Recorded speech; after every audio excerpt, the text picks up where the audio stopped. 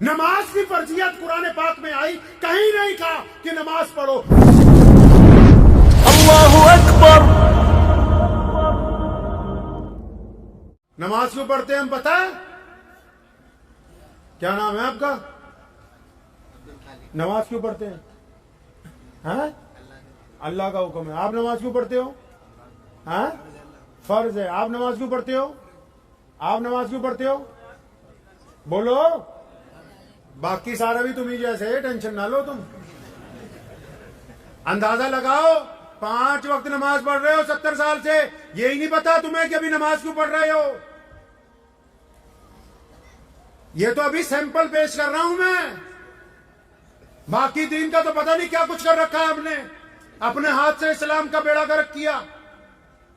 اور بتاؤں، ایک جگہ سے میں گزرا آپ ہی کے صوبے میں، تو مجھے کچھ لوگوں نے روکا، آج سے 5-7 سال پہلے کی بات ہے۔ میرے والد محترم مولانا حبیب الرحمان لدھیانوی رحمۃ اللہ علیہ موجود تھے اس وقت دنیا میں، تو مجھے انہوں نے روکا اور چند سپاہیوں کو دیکھ کے میرے پاس کچھ مسلمان آئے، اجی حضرت نماز پڑھنے رکے ہو مسجد میں، تو پتہ ہے آپ نائب امام ہو، کچھ بتا دو۔ تو میں نے ان سب کو بلایا اپنے پاس، میں نے کہا بتانے کا ٹائم تو نہیں ہے، ایک بات پوچھنا ضرور چاہتا ہوں، تمہیں بھی پوچھ لیتا ہوں، ریکارڈ چاہے ہو جائے کوئی بات نہیں۔ تو میں نے ان سے یہ کہا کہ یہ بتاؤ، یہاں دل پہ ہاتھ رکھ کے بولو، دل پہ ہاتھ رکھ لو ذرا۔ میں نے کہا یہ بتاؤ، مجھ سے فتوے نہ پوچھو، یہ بتاؤ کہ تمہارے استنجے خانے میں جو بیڑیوں کے ٹکڑے پڑے ہیں، یہ کسی حکومت نے تمہیں کہا ہے کہ مسجد میں آ کے تم نشہ کیا کرو؟ سارا دن ایک وبیلا ہی ہے کہ فلاں نے یہ کر دیا، فلاں۔ ہم خود کیا کر رہے ہیں؟ ہم نے اپنا معیار کتنا نیچے گرایا ہے؟ ہم نے اپنے پیر پر کتنی کلاڑیاں ماری ہیں؟ بار بار شکست ہو رہی ہو، اگر بار بار ناکامی ہو رہی ہو، تو اس کا مطلب یہ نہیں ہے کہ بھائی ہم میں کوئی خرابی نہیں، اس کا مطلب یہی ہے کہ ساری خرابی ہم میں موجود ہے۔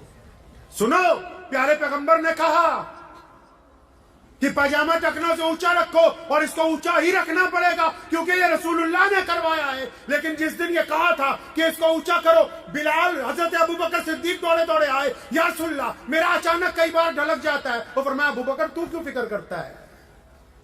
یا رسول اللہ کن کے لیے کہہ دیا؟ کہا تو سب کے لیے۔ یا رسول اللہ کیوں کہا؟ فرمایا ابوبکر یہ پاجامہ اس لیے اونچا کروایا کہ جو لوگ پاجامہ نیچا کر کے، لمبے لمبے کپڑے پہن کے اور لمبی لمبی ڈینگیں ہانکتے ہیں اور ماں باپ کو سلام کا جواب نہیں دیتے، غریب کی طرف نہیں دیکھتے، سڑک پر آ کر کے چلتے ہیں، میں نے یہ کپڑا اس لیے اونچا کروایا کہ ان کے اندر عاجزی آ جائے، گردن جھک جائے، گردن جھک جائے۔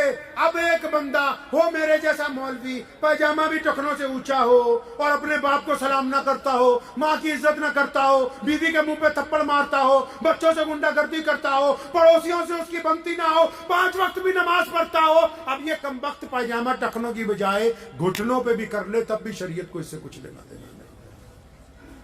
مسئلے کی روح قتل کر دی نا۔ نماز کی فرضیت قرآن پاک میں آئی، کہیں نہیں کہا کہ نماز پڑھو، ہر جگہ اللہ نے کہا نماز کو قائم کرو۔